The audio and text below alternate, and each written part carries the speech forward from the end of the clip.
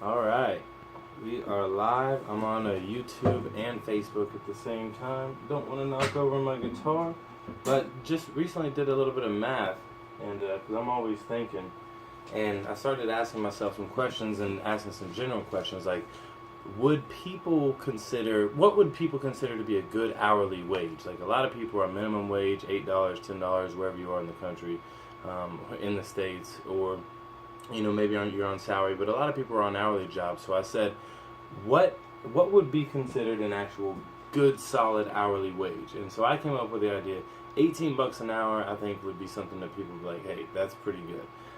And so I took 18 bucks an hour and I did some numbers and crunched them down per month, per year with, expenses and everything else, and tried to really come to a number that I could, visually see to be able to make other decisions and whatnot. So anyway, so is 18 bucks a lot of money, per hour? And a lot of people would say yes, and it could be if you invest and you spend your money wisely, which is a really, really big thing. But also to know that taxes and just expenses in general can be very, very expensive. So anyway, 18 bucks an hour, you got a new job, and I see people on Facebook stuff, got a new job, 14 bucks an hour, 15 bucks an hour, like, and that's great, and I'm proud of them. But this is 18 bucks an hour for 50 hours a week. 40 hours a week is full time. A lot of businesses, especially restaurants and other businesses, won't allow you to go into overtime. They'll actually cut you before you have a chance to do that, rather than rewarding you for your hard work. You were disciplined for your hard work.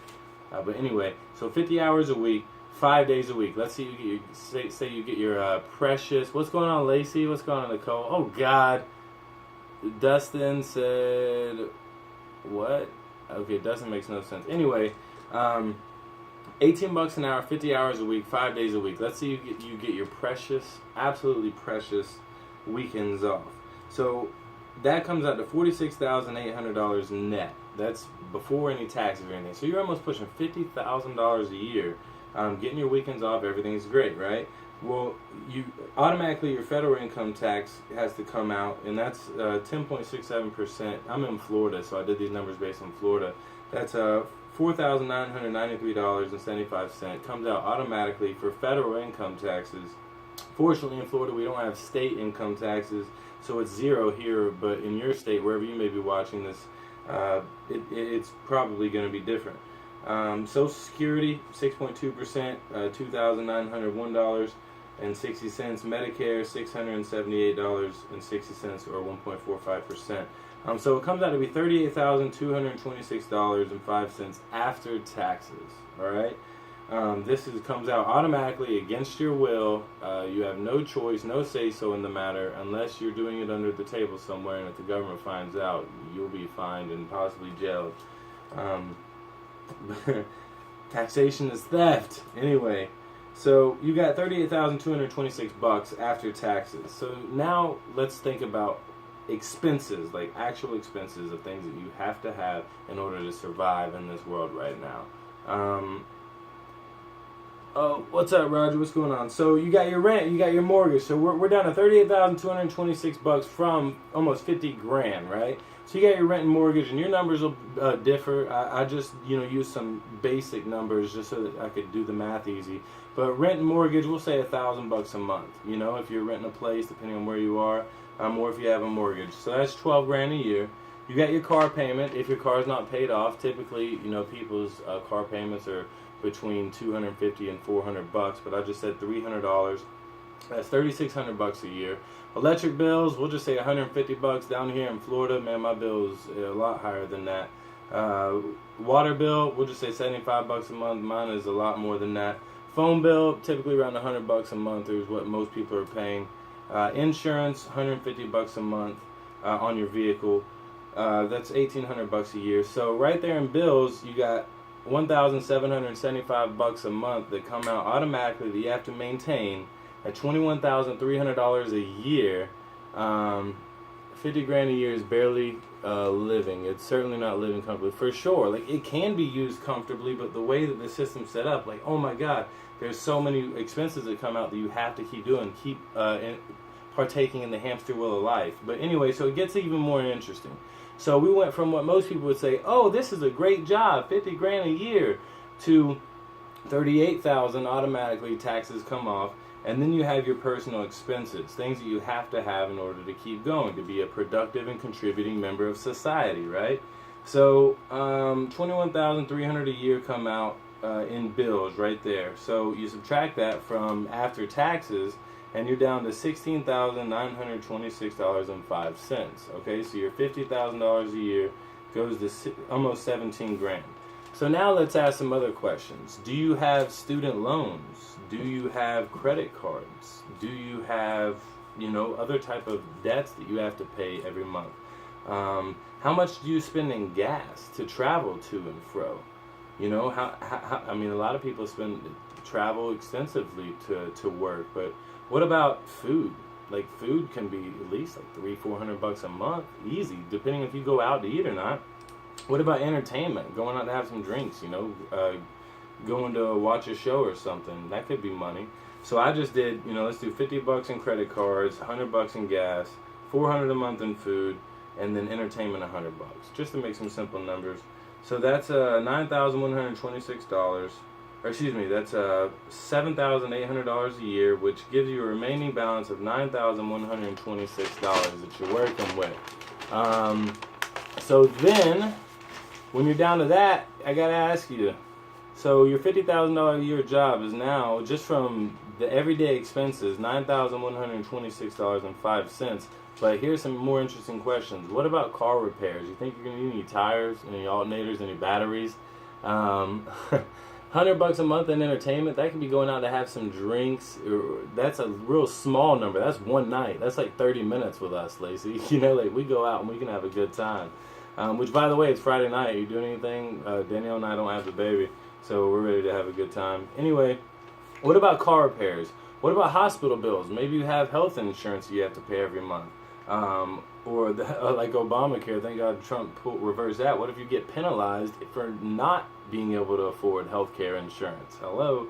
What if you have any kids? Kids are expensive. Do you have any kids? So you're making 50 grand a year, all these expenses. What about the children? What about birthdays and gifts and anniversaries, stuff like that? That costs money. And then what about charity and tithes? So I didn't even put any numbers for those. I just did $500 a year in car repairs, and then maybe $500 a year in gifts for people's, birthdays and whatnot. And then tithes and things. I don't know how much you tithe, but I really try and do my 10%. I'm always trying to give.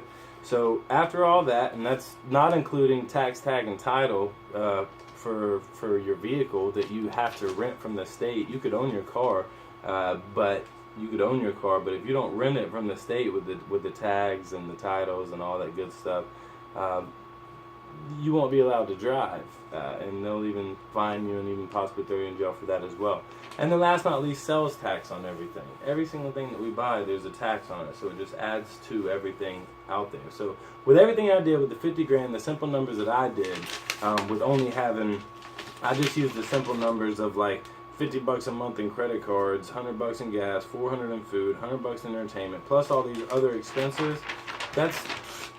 You're left with $6,126 after a $50,000 a year, and that's assuming that you don't have any car repairs, or you don't have any loans or hospital bills, children, or you don't tithe or give or do stuff like that.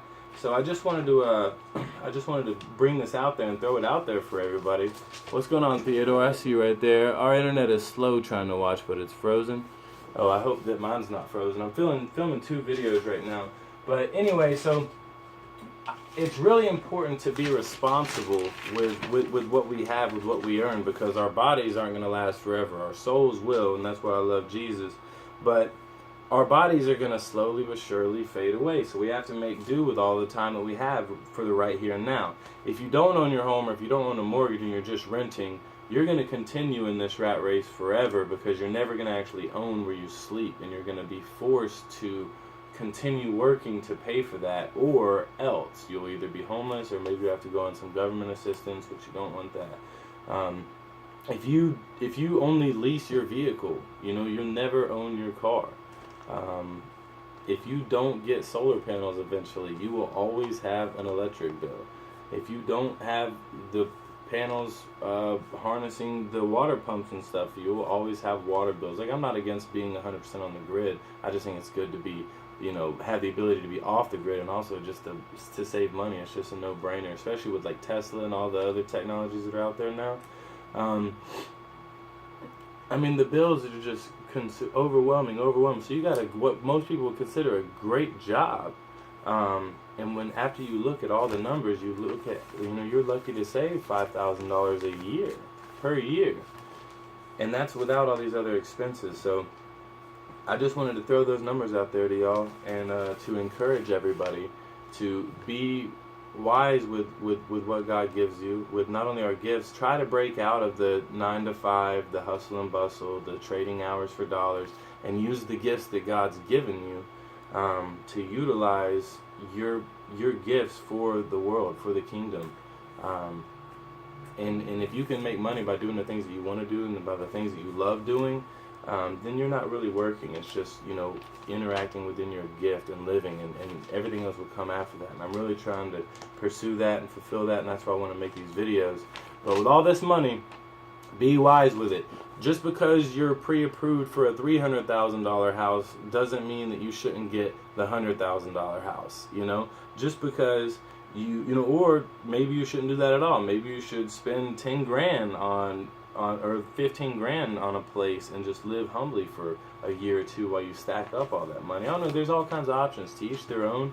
But I was just thinking about these numbers, about 50 grand a year with all the expenses of life, and how much you're really left over with at the end of the year, and how much you'll actually really get to enjoy that. Because how much of your money are you really thoroughly enjoying? I mean, that's a whole nother question in itself. But anyway, I just wanted to make that video. I love you guys. I hope all is well, and I hope that you've enjoyed this. So have a good one. It's Cam.